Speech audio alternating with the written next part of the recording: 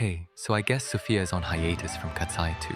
And everyone is going crazy about it, but that's not all I'm here to talk about. No, Suri. I'm here to talk about the select people who think that they are quirky or cute for saying something as horrendous as, "Oh my god, they hit the second tower." I beg your finest fucking pardon? Why are you using the words from an event that claimed just short of 3,000 lives? Especially for something as simple as a goddamn hiatus? Literally, you're comparing a terrorist attack to a hiatus. What the fuck is your problem? Grow up? Consider that my bone to pick.